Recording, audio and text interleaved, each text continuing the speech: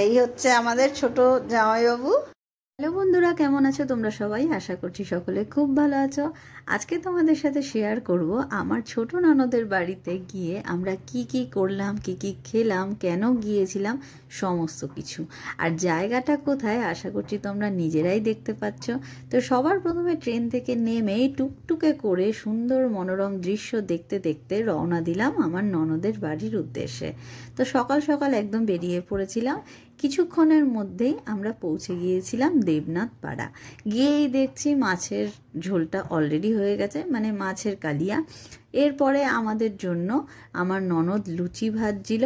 তো দেখো, আমার ছেলেকে কচুরি কিনে এনে খাইয়েছিল। কেন? বাড়িতেই তো হচ্ছে। তাহলে ওই সকালবেলা তো ঘুম থেকে উঠে আমাদের সাথে সকালের ব্রেকফাস্টটা করার পর সবাই মিলে গল্প করতে করতে একটু গরম চা খাবো না, তা তো হয় না।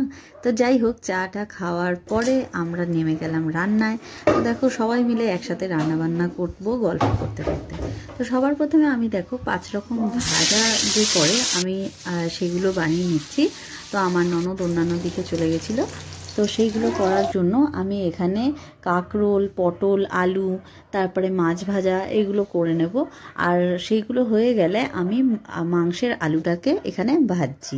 দেখো, মাংসের আলুটা মোটামুটি কিন্তু ভাজা হয়ে গেছে। আর ছোটদি সকালবেলাই মানে মাংসটাকে সমস্ত কিছু দিয়ে ম্যারিনেট করে রেখেছিল। তো মাংসটা এবারে পেঁয়াজটা ভেজে মাংসটা ওখানে দিয়ে দিল। এখন মাংসটাকে কষানো হবে ভালো করে। মাছ ভাজা দেবে, জলটা একটু কম, তারপর দিয়েছি এটা নাকি? তাহলে দাও, এখন তো তুমি যেভাবে করো তুমি সেভাবে করো। দেখো, আমরা এইভাবেই কথা বলতে বলতে একের পর এক রান্না বান্না করে চলেছি।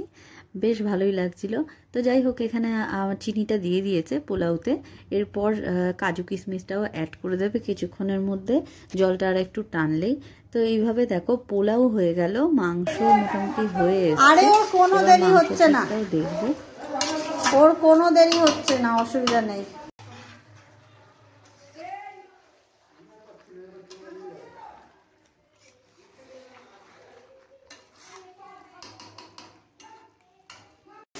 কাজু কিশমিশ ভেজাতে ভুলে গেছে, ছাড়া কিছু হবে।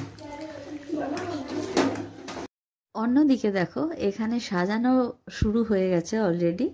আমি এবারে বলেই দিই, আজকে হলো আমাদের ভাগ্নির আইবুড়ো ভাত।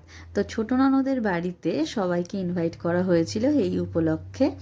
তো এর জন্যই আমার হাজবেন্ড ডেকোরেশন করছিল, সবকিছু সাজানোর প্রিপারেশনটা ওই দায়িত্ব বেশি করে দাও। তো এবারে সাজিয়ে নিচ্ছে ভালো করে। এই বকুল পড়ে গেছে একটা, চলো না। কিন্তু এখন প্রায় শেষের দিকে আমার ননদ এখন চাটনির প্রিপারেশনটা নিচ্ছে। টমেটো দিয়ে চাটনি করা হবে। অন্যদিকে দেখো, মোটামুটি মাংসটাও ফুটে এসছে। এবারে আমরা পাঁপড়গুলো ভেজে নেব, যা মোটামুটি একটুখানি বাকি আছে, মানে চাটনির সাথে পাঁপড়টা যে খাবে সেটা ভেজে নেব, আর বকফুলের কয়েকটা বড়াও ভেজে নেব। অন্যদিকে দেখো, সাজানোটা অলমোস্ট হয়ে এসছে, আর একটু বাকি আছে, তাহলেই সাজানোটা পুরোপুরি হয়ে যাবে। কেমন লাগছে? সুন্দর হয়েছে না সাজানোটা? কমেন্টে অবশ্যই বলো। তো যাই হোক, তো দেখো এখন মিষ্টি সব কিছু খাবার দাবার বাড়াবাড়ির প্রিপারেশন চলছে, এখন বেড়ে দেওয়া হচ্ছে।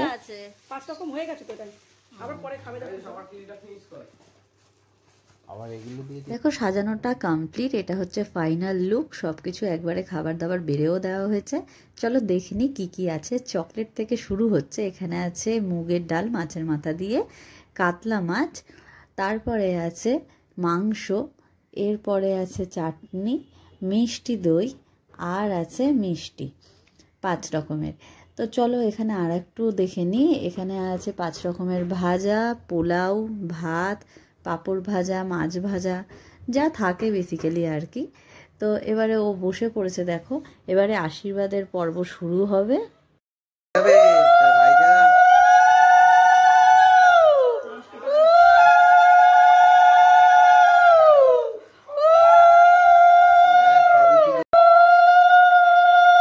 প্রিয়াঙ্কা, চলো এবার শুরু করো। তো আজকের এই ব্লগটি তোমাদের কেমন লাগলো? যদি ভালো লেগে থাকে তাহলে আমার চ্যানেলটিকে সাবস্ক্রাইব করে পাশে থেকো, আর ভিডিওটিকে একটি লাইক করো। থ্যাঙ্কস।